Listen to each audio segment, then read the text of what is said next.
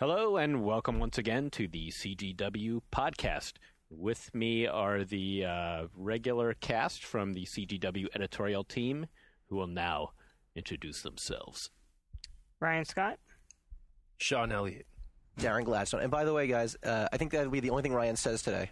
That's it. That's it. We're done. His name.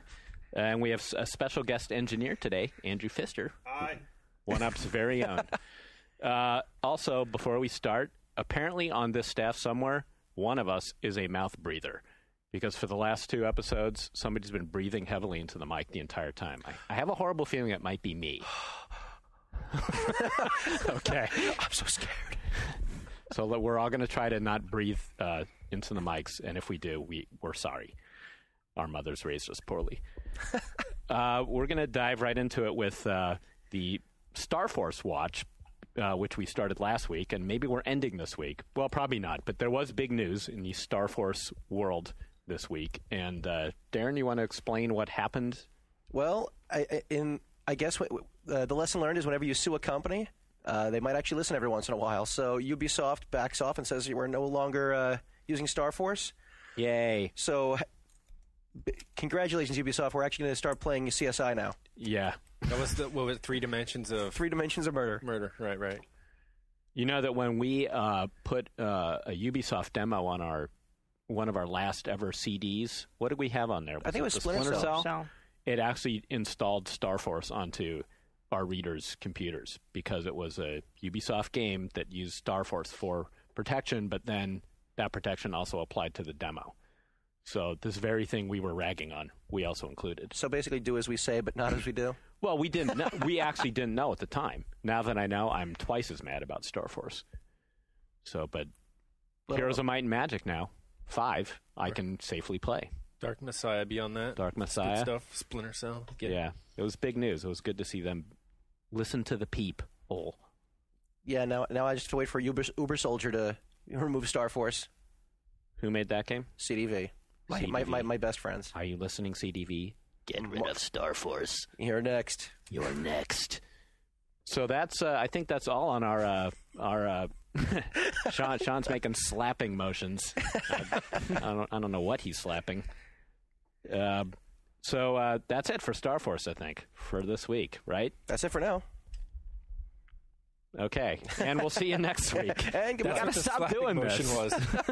That was that moving on to... moving on to the next thing. Right, okay, I thought you were just like randomly, nope. That slap in your B&D dungeon or something for a moment. Aggroing. Okay, well, we have a list of topics here, and one of these is Major League Gaming, which I don't really know anything about, Sean Elliott. So why don't you tell us what that is you want to talk about there? You put it on the list. I didn't put it on the list, actually, but I like it. I like Darren the idea did. of it. I'm to blame. Okay. So if from what I'm reading here, it looks like Major League Gaming is partnering with the USA Network. And Darren wants to know if anyone will actually watch. And I think I will, depending on the content they put on there. Now, what is it? It's video of guys playing games? That's the thing. I mean, I guess they're trying to, play up the whole... Obviously, playing it up as a sport, offering up big money prizes. I guess the question I always have with these things is, I've had problems watching people play games in the past, but when I go to, a QuakeCon or something, you get kind of the vibe, of the fans, and you're hanging out with them. It's more of a party environment. I don't know if it's how it's... But if you're at home? Exactly. Okay, so here's the thing I'm thinking about. I don't know if I'll watch it every night, but, I mean, nowadays we see poker on television as a spectator sport. We see paintball more and more as a spectator sport. So it's kind of like every time we say no one's going to watch it, people surprise us and end up watching it. In this case, here's what I like about it. So for one, when it's really high-level play, especially in a shooter or something, and this goes for everything, a StarCraft, it's mesmerizing in that you just weren't aware that these things were possible, and you're looking at it, and there's sort of that magic aspect to it where you're like, are these people cheating? And you're like, they're not cheating, they're just this good. So if you play casually, it's interesting to see that level of play, and especially if you're used to these guys whooping your butt in servers. Right. Now you're seeing kind of what's going on there. On the other hand, I think it'd be fun too even if they have WoW guilds go on. Imagine the crazy Finnish nut job known as Dives from the YTMNDs who's screaming and raging at his guild. Now imagine if you could watch. I mean, there'd be a lot of bleeps going on, but if you could watch that guild go through a raid on Onyxia or whatever, and wipe on that would be pretty entertaining. maybe once though. That's what I worry about. It never gets old. You think? That stuff has been going on in the office for a month now. It's like at any given moment you hear it playing on someone's computer. Yeah. So that's definitely more than once. Dude, and the soundboards are awesome. Yeah, I the poker analogy is a good one, but I also wonder though, because like watching poker on TV, there's two things. For one, it's like super slow. I mean, in other words, the game is progressing so slowly that you can, as opposed to a death match, say, or a real-time strategy game, where you can actually like kind of have a poker channel on and be doing other things and then checking in on the game, right? Like if you're like actually trying to watch an RTS match, almost seems like kind of exhausting for one, and then also just like to be able to even understand what's going on. Think about a high-scoring game like basketball, though. I mean, you could turn away from that, go grab a beer, and come back, and the scoreboard's going to have changed a bit, but you're not going to be that far out of it. Okay, but the other thing about poker too is like, to me, what makes poker on TV cool is the way they figured out for you to be able to see the people's hands, the down cards, right? So then you actually get to like watch their strategy. Like, you know something the other players don't know. So there's sort of an element of suspense there, as well as an element of, well, what would I do if I was that guy?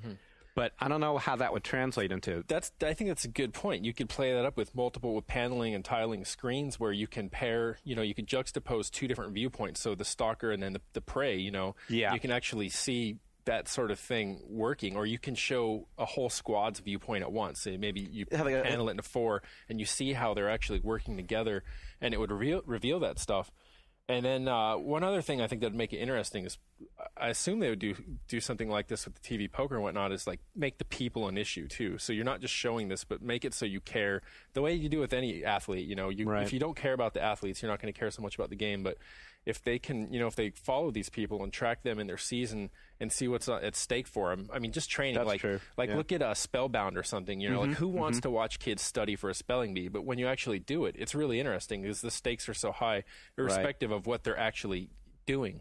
Right. So here, I assume there's all that drama there as well, and it'd be interesting and eye-opening for people to see that. Right. They definitely have to play that up. And just going back to one thing you're talking about, like paneling and having all this stuff. Like, one thing I was thinking is they're going to need a good dedicated cameraman in game in a spectator mode, just kind of following the action from more of a bird's eye view. And then there'd have to be a pretty savvy director there who really understood the game, right? Understood, where to be, who to be following.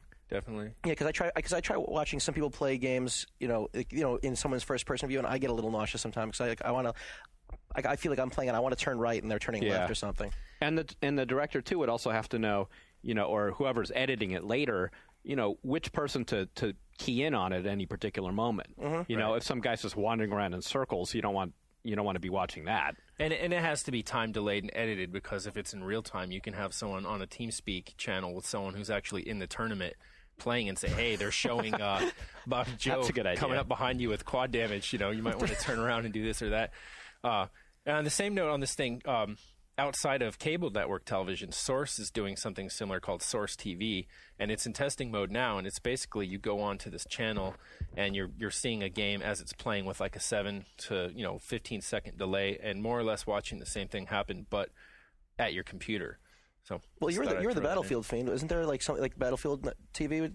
That's different, and that's basically recording your matches for playback later when they're done.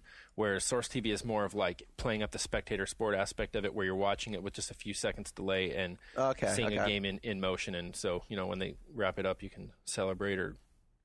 I still just have a hard time getting behind the gaming on TV thing. With all due respect to the gaming TV channels out there, I still feel like if it's the time in the evening where I'm thinking about gaming, I want to play a game and not watch TV about a game. I suppose you could say that about this or reading a magazine, I suppose. I think about this, yeah. where does that put this? Well, I'd rather be playing a game than doing this.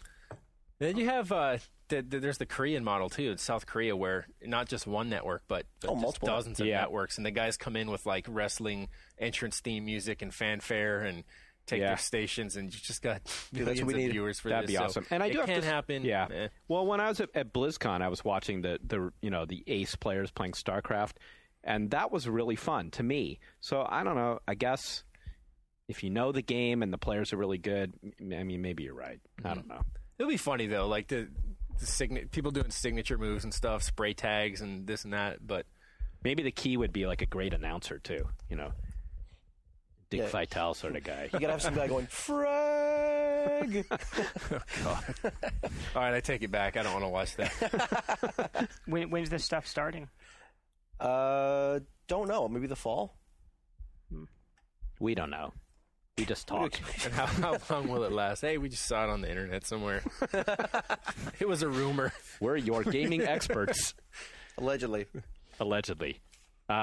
Next on the agenda is we're going to talk about preloading of upcoming games, which include such topics or such games as Sin and Aftermath. Are we excited about this? Is anyone going to do it other than Sean? Yeah, I already have Sin preloaded, and I'm waiting on Aftermath. Aftermath is now episode 2. Just got to add that. Oh, really? Just for the people at Valve. Oh, they want it clear. They changed the name. Yeah. Okay. Does preloading also mean prepaid? No, you don't need to prepay to preload. No, you don't? I think it works in their favor that way, because then you can just on an impulse. You don't have to really worry about it in preload just in case, and then you feel like, hey, might as well click the pay button now since I've already got it on my computer. Well, what does it get you to preload? I mean, what does that mean? Is it like already on your machine? You basically evade the line. So when the official download does become available, rather than queuing up with all these people for all this, fighting for the same bandwidth, you basically are just pressing an activation button and you're playing right then and there. So you actually have it on your machine right now? It's just sitting there dormant waiting for the activation code. So why don't they just activate it right now? I think it's part of a deal because they might be timing it. This is all speculation, but I know that there's a talk of like working to have a retail release as well. So maybe they're trying to time it out so it's released digitally and with retail. I guess I was thinking that couldn't they just like charge you extra to activate it now? But then of course you could just spread it out on the internet, couldn't you? Well, it activates over Steam, so I don't know how. Oh, think of that. You don't want to charge people extra for. You want to give people the discount for being the first in the door. Well, I'll tell you. I pre-ordered the new Flaming Lips CD on iTunes, and for that, I paid an extra $1, I think, and I got like a special pre-order song. But to me, that was worth it. Mm-hmm. I was really pissed because I actually paid for the disc. Yeah. No extra song for me. But, I mean, so what I'm saying is that maybe gamers would do that too. Like, I'll pay extra than what the regular streaming download would be if you give me this or that. Mm-hmm. Give me that horse armor. The fun thing about it is that instead of, people going to stores at various parts of the day and different time zones and stuff and coming back to message boards and reporting on, their experience with the game. You got those situations where friends can just basically pop into TeamSpeak, count down together, and then start playing and talking about it at the same time. I mentioned that in the preview for Sin episodes, and president of Ritual over there, Thomas Dane, was talking about how he hopes for the same thing, where you've got basically people lined up and actually talking to one another as they're playing, and hey, I just went over here and did this, and comparing and contrasting experiences and stuff. I think that part of it can be pretty fun. Mm-hmm. Yeah. Before I forget, I just want to say, if you get a chance now, you can actually also download the original Sin game. So that's for free. So you can just check that out and relive the past a little. What engine was that again? Do you remember? I am totally drawing a blank right now. Is it the HalfLife Engine? Or is it Quake? Is it? No, because I thought that was concurrent with Half-Life 1. It came out like the same week as, or it came out within a week or two of Half-Life 1. Quake 2, maybe? I think it's Quake 2 engine. All right. Well, somebody send us an email or post on our message board and tell us what engine Sin was in, and we're sorry for not knowing anything again. You're gaming experts again. That's the theme of this week's show. We know nothing. And speaking of knowing nothing, topic number 4 is actually a big one for us. Actually, it's not that we know nothing. We know a lot about this one because this is all we're thinking about these days. We're going to get to our reader questions here, and the one question that we're drawing the most has to do with our new issue that you guys have, the May issue. We actually just finished June, but you have May, and that was the debut of our new format, which has a lot of changes, but the biggest one has to do with the reviews section. And this question from Philip Davis actually is very general, but it's one that represents a lot of you. And he asks, what prompted you to make the big reviews section change now called Viewpoint. We don't really have to spend any more detail on what the changes are because I think you all know them. We cut out the scores. We have bonded with 1UP in presenting multiple viewpoints on each review. Well, actually, why don't I let you field this, Ryan? This means you're going to have to talk since you're the reviews editor. I have to talk? Mm-hmm. All right. In a louder voice than what prompted... Wow. What prompted us to make the big review section change? That is the question. And your answer is? I think it was sort of like a question of relevance.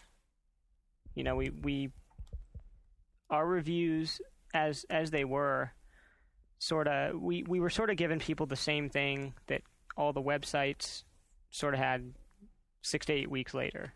Mm-hmm. And we were tired of doing that. You know, that is the basic reason, and a lot of the response we've gotten in the letters mailbox has been, well, I only read CGW. Right. So what do we say to these people who don't do what our assumption was, which is that they are getting gaming news online all the time, that maybe they did just read this print magazine, and that a 6 to 8 week review, late review, is actually, you know, not a big deal to them. Well, I think, I don't know, I might be looking at this different than a reader would, but if I were to just look at our reviews without reading, say, like the 1UP review or something, I would still be getting something out of them. I don't think, you know, you're required to have read all about a game before you see it in CGW. Mm-hmm. Like, you might pick up on a couple more things if you've seen an online review of it before you see it in the mag, but I don't think that's like a hindrance. I mean, in fact, our intention is really to kind of be more like a last word on a game. Right. But if we're doing our job right, I think what you said is correct. We're trying to just present a broader picture. We're not trying to abdicate our responsibility. Of course, we have opinions on these games, and we want to share those opinions. But we're trying to put it in the bigger context of that our opinions are coming weeks and weeks after the game shipped. They're not coming the day that they showed up in stores. And so we're trying to use that to our advantage, where in the past it's sort of been a hindrance to us. Like, for example, the issue we're just now starting is the July issue. And in that issue we're going to have... No, it's the June issue, the one we just finished, which is going to ship in on May 20th. That's when our Oblivion review is going to appear. Even in the old format, we could have done it no sooner than that. So the first time CGW was going to review Oblivion was going to be for people picking it up in mid-May. Well, who really needs that kind of review as if the way we'd written them in the past, where we're writing as if we know this is the first time they're going to be seeing it, or we're assuming this is the first time they're going to be seeing an opinion. Who really needs that in May? Because in May, most people have played it, formed their own opinion, read other reviews, and sold the game back, right? So where were they going to sell that game back? You can't sell PC games back. On eBay. All right. Or Craigslist. Half.com. And so the idea... You're already planning that out now?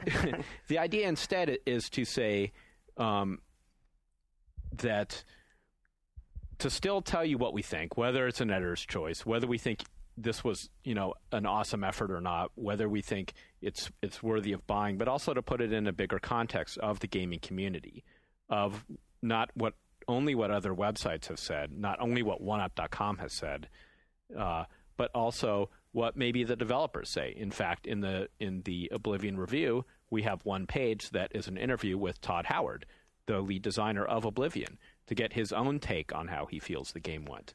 I in some ways, too, there are cases in games where it's definitely not cut and dry. There are going to be different camps. You're going to have a group that insists that something works perfectly, you know, that they love the way it works, and then there's going to be another that disagrees all the way. And the way we're doing it now, we can actually acknowledge both of those perspectives. It doesn't mean we're ceding to one or the other. We'll come in, like, say, for example, in my Euroforce and Battlefield, you know, patch viewpoint, I'm saying what I think. But I'm also saying these other viewpoints exist, and I still think this despite those. But if you're just casually reading, you're saying, oh, well, the opposition he's describing actually describes my general, temperament when it comes to these types of games. So maybe I'm not going to agree with the editor in this case, Right. So it's still there, and I think it's like basic, college paper writing. It's like, you strengthen your own argument by acknowledging, or a debate club or whatever, by acknowledging what the criticisms are, what the counter arguments are. And then, you can also support your argument in some cases where other people happen to agree with you. And by drawing, we're still feeling our way toward how exactly we want to do it. We are. I mean, I think that's one thing we want to tell readers over the podcast here today is that we're acknowledging this is a work in progress. We're very much forging new ground here. We are. We're saying that the monthly gaming magazine format needs to change, and that we want to sort of lead the charge in that. But, we'd be lying if we said we had it all mapped out like evil geniuses and we know exactly how it's going to work. We're going to be fiddling with it over the months to see what works and doesn't. And I think I could safely say that the new Viewpoint section is like, exponentially better than that first one. Don't you think? Well, one of the big things that people have been complaining about this issue is just the lineup itself. You're getting Rainbow Six review, which we kind of already did in the issue before this. Yep. You got 3 pages on a downloadable word game on Bonnie's Bookstore, and you've got a big patch review on X3. Like, that's kind of the meat of the review section. It was slim pickings this month, and we I mean, it was kind of a transition month. It was. So, I mean, next month's going to be better. What about how to read the Star Wars Empire at War, Tom and Bruce now? Are we looking at those as viewpoints? We're kind of looking at these as reviews, yeah. We kind of think that Tom versus Bruce is a good way to look at a game in a multiplayer context. But we're not going to attach like an editor's choice to a game. Oh, no. Yeah. Oh, we are? We are? Oh, boy. yes. Well, we're arguing online here. Oh. How embarrassing. Lord of the Rings, Battle for Middle-earth 2, which is the one that they did for the June issue, the next one you guys will be seeing. They gave that an editor's choice. They did. Oh, boy. Uh-oh. Hey, it's already out the door. Did I approve this sort of thing? I think Ryan's going to be in my office after this podcast. Ryan Gaming World. Sorry, sir. Well, I guess, yeah, sure. But, and I mean, a game like a game. Now you know who the real Shadow Master of CGW is. Exactly. The Dick Cheney of CGW. A game like Empire at War or Battle for Middle-earth 2, I mean, the multiplayer is kind of what people care the most about with those games anyway. Right. The people who are going to keep playing it, so. I understand readers' pain. I do feel it. But I think that we really have to, I believe in what we're doing, though. I think that we have to go forward with this approach. But definitely, we've gotten a lot of email about this, and a lot of it is negative, and it's a bit hard to take. And I wanted to read just an excerpt of one that's just been, all week, it's just been annoying me, which is just this guy. I won't put his name in, but he says, I need reviews that tell me quickly about a game with stars or numbers or letters, anything that rates them. I don't have the time at my age to read about video games. I just want to know what is good so that I can relax for a few hours. And the reason that keeps annoying me is I don't have the time at my age to read about video games. I mean, he's bought a magazine. I mean, I'm sorry. I don't mean to personally attack this guy. I'm not saying his name. But if you don't have the time to read about video games, why are you looking at a magazine and writing to us? I mean, I think that if people really do just want a number from us, or just want a number, that's what Game Rankings is for. And 1UP. I mean, you go right there and you can access a score immediately. Right. I mean, we have a page that just has a bunch of 1UP scores. I mean, if you're just looking for a number score, just go to the end page in the Viewpoint section where you're covered. Right. I just don't feel philosophically that's the point of a magazine. Is to just get a list of numbers. But we do agree about getting more viewpoints in the Viewpoint section each month. And also making it very clear yes, what our viewpoint is. Right. And not every review needs to be 3 or 4 pages. We're just going to let the material dictate itself. That's right. Not every month is going to be 3-page reviews of Bonnie's Bookstore. No offense to Bonnie. Or her bookstore. Or her bookstore. Especially that cool stuff in the back. Okay, Skip is flashing us the "we've been talking for 25 minutes" sign. Oh, I thought he was just going to flash us. That's later. Do we want to address any other questions, reader questions? Well, yeah. I think we've kind of answered. Reader Andrew Sullivan writes that. He asked us how we as a unit participate individually, or okay, I can't read. Hold on. How does CGW as a unit or each participant individually view the relationship between the magazine and the OneUp.com website? So I think to answer his question, we're sort of getting it out there in that the website, for one, can definitely get you the score right away and can get it is the nature of online, can get it to you before we can in print. And then for all the reasons that we just explained, we're coming in after the fact with all this other. And let's reemphasize, that one-up score counts as the CGW score. It counts. We're all one. We're all one happy family here. And plus, we're sharing the same reviewers, and a lot of us, CGW staff, are going to be reviewing those PC games on one-up. So, yeah, don't make a face. It does. it does count. I mean, do I get paid more? No. No, you don't. That's the truth about what we think of the connection. Just playing.